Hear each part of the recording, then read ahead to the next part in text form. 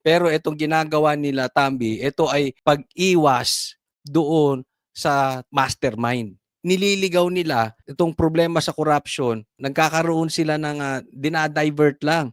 Ito po, isa sa diversion nila, ipapakita ko po sa inyo. Ito, si Cheese, naalala ninyo, di ba? Si Cheese ang tinuturo dahil meron daw nag-donate sa kanya. Ito ang sinabi. Senator Cheese Escudero has filed manifestation before the COMELEC explaining that 30 million campaign contribution. Isipin mo, 30 million lang sinisilip dahil may nag-contribute sa kanya. Campaign contribution he received from a contractor during his 2022 senator. 30 million. Oh, I know malaki yan para sa akin. Para sa ating mga ordinaryong Pilipino, malaki yan. Pero 30 million lang, contribution. Ilan ba? Magkano ba ang nawala sa Ghost Project? Payong lang ni Diskaya yung 30 million.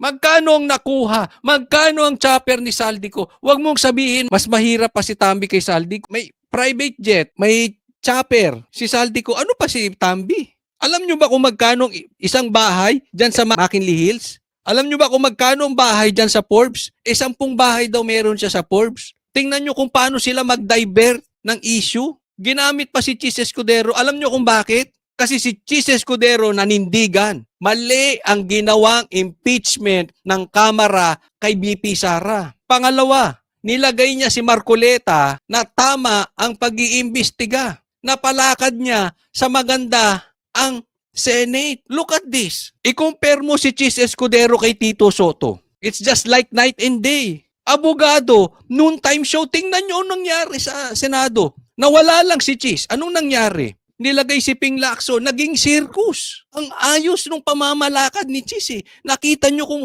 paano nila pinag-explain sa taong bayan na mali ang impeachment? Hindi lang yun, hindi po dahil tayo DDS. Pero kasi alam nila it's unconstitutional. Yan nga rin ang sabi ng Supreme Court di ba? O, isipin mo kung sinimulan nila impeachment, tapos sasabihin ng Supreme Court, magkakalabo-labo. Alam niyo ni Cheese, abogado. Ito si Tito, pambihira naman kayo. Papalitan nyo ng isang komedyante yung abogado. Kaya dinadivert. Alam natin His camp insists that the donation was legal. Legal po yung donasyon. Fully declared.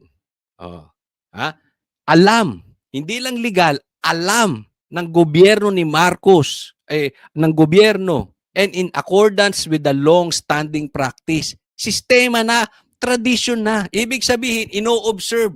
Ibig sabihin, lahat po, halos ng mga politiko, yung ginawa ni Cheese ay ginagawa din ng ibang politiko. Kaya nag-file sila sa COMELEC. This is obvious. Kung si Cheese ba hinimod yung puwet ni Bongbong Marcos? Kung si Cheese ba hinimod yung puwet ni Tambi? Kung si Cheese ba ginaya yung pinklawan na kinain yung tae ni Marcos? Sa tingin niyo sisilipan si Cheese? Hindi. Dahil si Cheese nanindigan. Yan ang totoo dyan. Another diversion tactics lang yung ginagawa kay Cheese. Ang problema ninyo, malinis yung tao. Kaya hindi nyo madiin Isipin nyo, pati 30 million pinatulan nyo. Kung hindi ba naman kayo kaliwat kanang ungas, talagang noontime show yan. Pambihira, Senado, ginawa nyong Itbulaga animal. Di ba? Ito, tingnan nyo to. Kasi, tatandaan po natin. Ito, paalala ko Ito, malaki po na itulong nito sa akin. No? Sabihin na lang natin sa akin at sa mga kakilala kong kaibigan. Alam nyo, gawain po ng demonyo yan. Pakinig po tayo mabuti. Ang demonyo, hindi niya kailangan gawing kang mamamatay tao. Hindi kanya kailangan gawing maging adik. Hindi kanya kailangan gawing magnanakaw. Ano lang ang kailangan ng demonyo? I-divert yung attention mo away from God. That is enough para magkaloko-loko yung buhay mo. Dahil may connection. If you have no personal relationship with God, okay na yan sa dyablo. Okay na yan sa demonyo. Magkakaloko-loko na buhay mo. Susunod niyan, nambababae ka na. Susunod niyan, lasenggo ka na. Susunod niyan, magnanakaw ka na. Susunod niyan, adik ka na. Same thing dito. Gawain ng demonyo. Hindi nila kailangan gawin kang masama lang. Ang importante, ma-divert. Alam naman nila hindi tatayo sa husgado at sa taong bayan. Yung cheap shot na ginawa nila kay Cheese.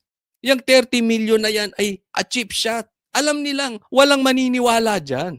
Kaya lang nila yung ginawa para may divert yung atensyon. Mapunta ang problema sa Senado, maalis sa Congress, sa Kamara. A devil's tactic. Maalis lang sa mastermind. Kaya tayo mga banateros, mga banateras, focus po tayo dun sa mastermind. Huwag tayong papalig sa distraction nila. Ha? Huwag tayong papanig sa distraction ng dilim. Mag-iingat po tayo. Next po, tingnan natin ito. Ito po yung isang ebidensya na gusto kong ipakita po sa inyo na dito, talagang makikita natin ang sabwatan ni Tambi at ni Bongbong Marcos. Kaya nga, ito yung sinasabi ko kay Cheese, dinivert lang yung problema kay Cheese para matanggal si Cheese as Senate President at mapaupo niya yung dalawang komedyante dyan, si Tito Soto at saka si Lacson. 'Di ba? Kasi papunta na ron, papunta na kay Bongbong Marcos ang investigasyon. Ito, tingnan po ninyo, magkasabot yung magpinsan. Ito po yung ebidensya. This is public records, ha? Oh. Tingnan ninyo, yung budget of House of Representatives. Oh, sa Kamara po ito at saka sa Senado na rin. Noong 2011, ang budget ay 4.6.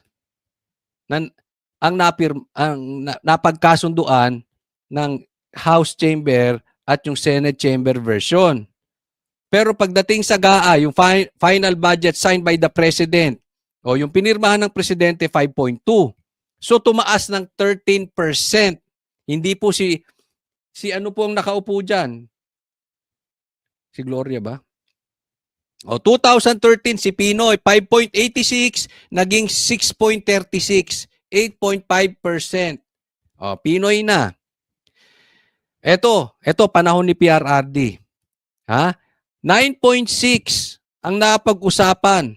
Magkano ang pinirmahan ng presidente? 9.6. Magkano nadagdag?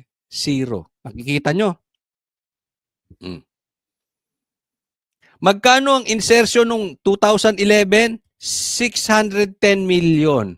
Nung 2013, 500 million. Nung 2017, nung nakaupo si PRRD, 0 million ang naidagdag na insertion. Nung 2019, ang napagkasunduan, 12.74. Ano pinirmahan? 12.75. Ilan lang ang tinaas? 0.08, niwala pang 1%. Magkano lang ang insertion? 10 million. Noong 2022, 25.5 million. Ang pinirmahan ng presidente, 25.5 billion. Ilan ang tinaas? 0%. Ilan ang insertion? 0%. Punta tayo nung panahon ni Bongbong Marcos sa pangunguna ni Martin Romualdez. 2023, ang napagkasunduan, 21.5 billion. Ay, hindi ito. Si ano pa to? 22. Si ano pa yan? Si PRRD. Punta tayo sa 2023, 15.97 billion. Oh, sa Senate Chamber 16.1 billion. Magkano final budget na naapruban? Pinirmahan ng presidente, 28 billion. Konti na lang, doble na. Magkano ang tinaas na pinirmahan mo, Bongbong Marcos? 75%. Billion. 75% ang itinaas. Magkano insertion? Ha? 12 billion. Nakita mo na? Ang difference mo kay PRRD? Pinirmahan mo yan. Sa pangunguna ng pinsan mo. 2024, 16 billion ulit. Magkano pinirmahan ng presidente? 28 billion. Ilan ang itinaas? 77%. Magkano ang in-insert mo? 12 billion ulit. Ganyan. Ha? Pinirmahan mo yung Bongbong Marcos. 2025, 16 billion ang dito sa House Chamber tsaka sa Senate. Magkano pinirmahan mo, Bongbong Marcos? 33 million. Hak ng teteng. Lokohan to. Mas malaki pa yung pinirmahan mo dun sa Senate Chamber version. Magkano lang? 33. Ay, 16. Pinirmahan mo 33. 105% ang itinaas ng insertion. Magkano in-insert mo, Bongbong Marcos? Na pinirmahan? 17 billion. Tingnan mo. Diyan pa lang malinaw eh. Tapos sisilipan nyo si Cheese. 30 million. Billion to, insert nyo. Tapos sisilipan ninyo si BP Sara. 150 million confidential funds. Oh. Hindi ko po gawa-gawa yan ha. Inilabas po yan. Nilabas po yan ni Sas. Kaya nga, nung nakita ko to, sabi ko, dito pa lang eh. Kung mag-iimbestiga talaga yung ICI, tutumbok to kay Tambi tsaka kay Bongbong eh. Kung mag-iimbestiga na maayos yung ombudsman, tutumbok to dito. Hindi mo na kailangan maging abogado eh. Huwag ka lang maging bias. Mauunawaan mo to.